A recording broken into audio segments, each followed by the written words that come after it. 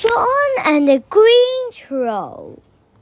Once there was a poor farmer. His wife was dead. He lived with his only son John near the mountains in Scotland. In the spring and summer, John and his father worked hard in the fields. This tree just won't budge. In the autumn, they shut up the farm and went down to the sea to fish. But one year, John's father felt too old for the trip. "You will have to go alone," he said to John. "Take good care of yourself." "Don't worry, I will." "Just remember one thing," his father warned. "Don't stop at the big black rock. That's where the trolls live."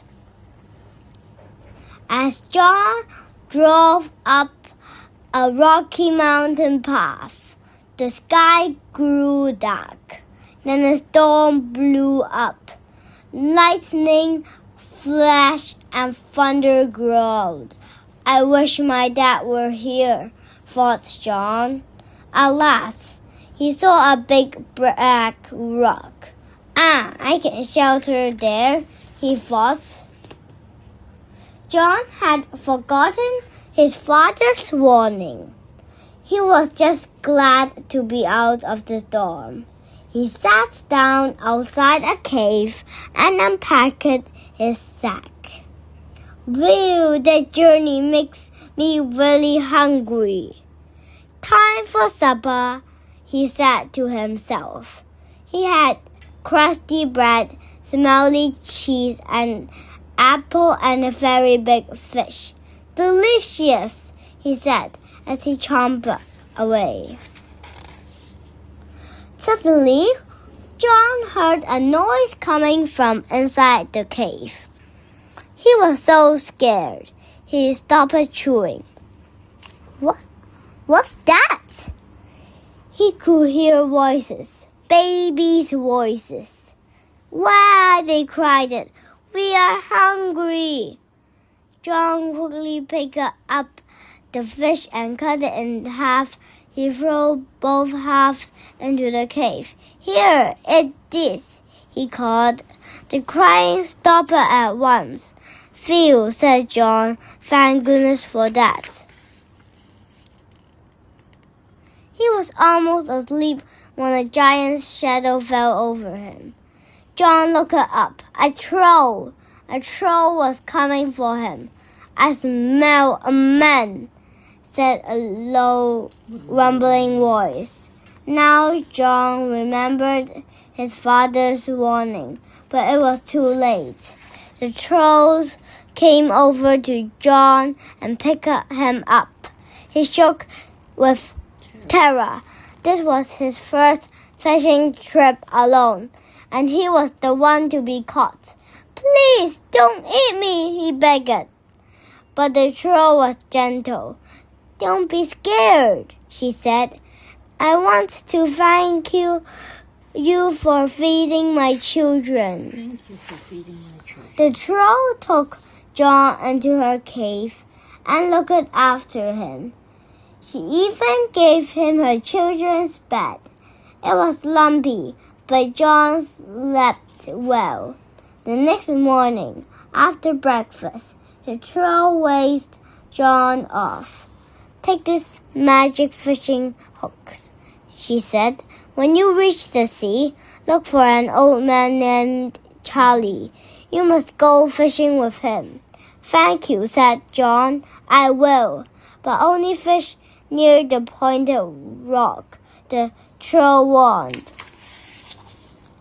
John did just as the troll had said. He found Charlie in an old hut by the beach. "Will you come fishing with me?" asked John. "Are you sure?" asked Charlie. "I'm the worst fisherman in the world. I never catch anything." Charlie showed John his boat. It was full of holes and falling to pieces. Don't worry, said John. I can soon fix that. He set work with some tar and planks of wood. Soon the boat was as good as new. Let's row to that pointed rock, John said to Charlie. They put worms on the magic hooks and started to fish. Hey, John cried. A few seconds later, I've caught one. So have I, shouted Charlie. And another, and another. They couldn't believe their luck. The boat was full of fish. The other fishermen couldn't believe it either. What's your secret? They asked. John told them to fish near the pointed rock. But when they tried, they didn't even catch a thing. Every day for the entire winter, John's magic hooks caught hundreds of fish. They've done it again, gasped a local fisherman. Charlie's lucky at last, said another, shaking his head in disbelief. Every day, John and Charlie cleaned the fish and hung them up to dry. They had more fish than all the other fishermen put together. There's something fishy going on here, one of them grumbled. When spring came, it was time for John to go home.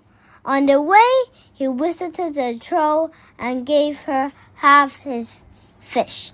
I never could have caught them without you, he said. Thank you, she said. One day you will have a dream about me. When you do, you must come back to my cave. Back at home, John helped his father on the farm. A year later, he had a dream about the troll, just as she had said. I have to go and visit someone, he told his dad. He quickly left for her cave without telling his father where he was going. At last, he reached the cave. He peered inside. Hello, he called. Is anybody home? There was no answer. John crept into the cave. It was empty, except for 2 chests. Are they for me? John wondered. What could be inside? He put the chests on his cart and took them home. When he opened them, he found piles of treasure and gold. John and his father were so rich they never had to work again. Hip, hip, hooray! They cheered. John never told his father where the money came from. The end.